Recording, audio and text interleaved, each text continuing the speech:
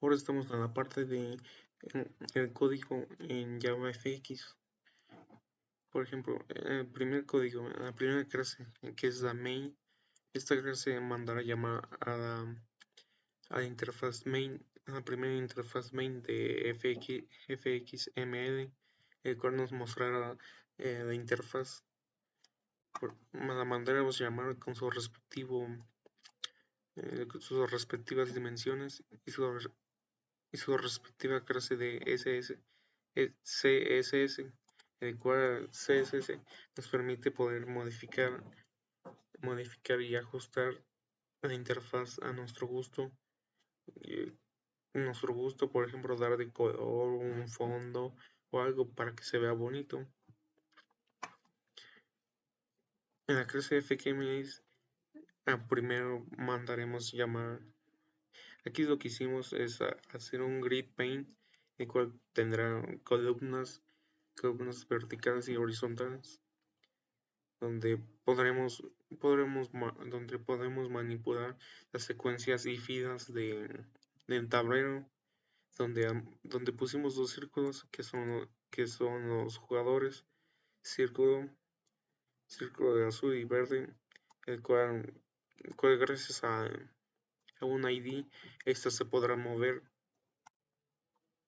Tendremos los textos donde nos dicen en la interfaz qué tenemos que hacer, y los botones que gracias al comando on acción podremos activar desde el controlador las, las acciones que deben de hacer.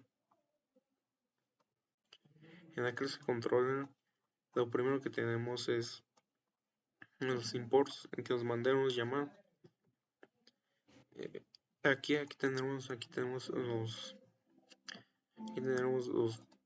mandaremos llamar a los text field y a los círculos y a los botones, el cual en los text field mandaremos traer la ID de allí, y podremos mandar a ese que se visualice en la interfaz. Primero, haremos un arreglo para el tablero, el cual consiste es un arreglo bidimensional para poder poner las filas y las columnas del tablero, y pondremos al jugador un valor, el cual ese valor es la posición y la posición del jugador, ya sea al cual lanzar los dados. Esta se modificará y y se podrá se podrá avanzar en el tablero. Al iniciar el juego, esta primera se inicializará aquí en este método, initializable, el cual definirá un arreglo de 8x13, el cual hará el tablero gracias al comando for, el cual para poder que se visualice igual que en la pantalla de jugador, de aquí de 1, 2, 3, de así al revés, es gracias a un método que se conoce como burbuja o los métodos for, para que se puedan voltear todos los datos y se pueda manejar mejor el tablero, el cual se ingresa los datos. Este n marca como 1 más, y se va avanzando n más 1 más 1 más 1 más 2, 2 más 1, y así.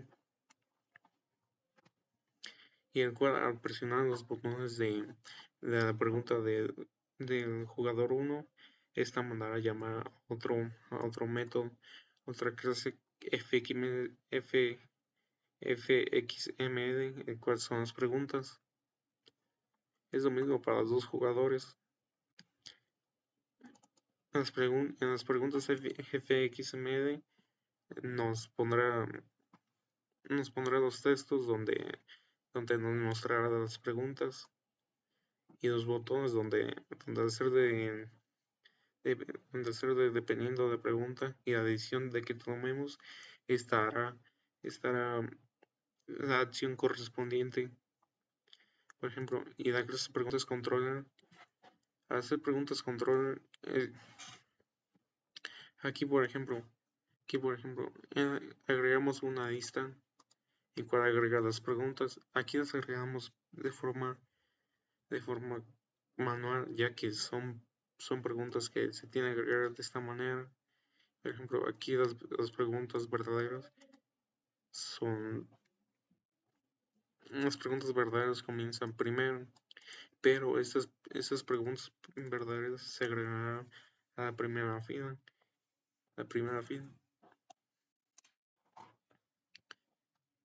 Y así sucesivamente. Ya después al agregar las preguntas set text controlan al saber de que el jugador es de la posición 1, es el turno del jugador, está mandada su respectiva pregunta al panel de preguntas. Al darle el botón de verdadero o falso, gracias al método del ciclo if mostrará tomará una decisión de que si la respuesta fue correcta o incorrecta. Esto será lo mismo con el botón falso. Dependiendo de la pregunta, da la respuesta si es correcta o incorrecta. Al momento de dar la respuesta, esta se mandará al control principal y le podremos dar al botón de lanzar dados. Dependiendo de la respuesta, estará la decisión. Por ejemplo, si la respuesta fue verdadera, están lanzados los dados y si los dados caen en una casilla que es escaleras o serpientes, esta avanzará o caerá del tablero gracias al ciclo switch. Y si el jugador cae en la posición mayor a 0 o 100, el jugador gana y termina el juego.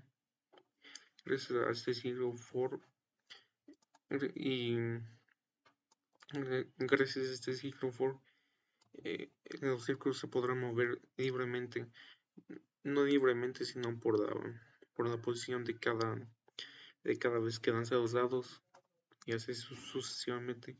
Si la respuesta del jugador fue incorrecto, esta no avanzará ninguna y se mandará como ceros cada dados. Esto aplica mismo para los dados del jugador número 2.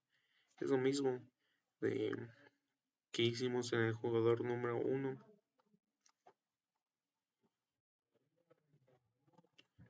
Las preguntas control aquí las agregamos a las listas, pero primero en las listas creamos el nodo al cual guardará los valores del anterior y del siguiente, el cual estos nodos nos ayudarán a poder anclar cada posición de la lista, así sucesivamente.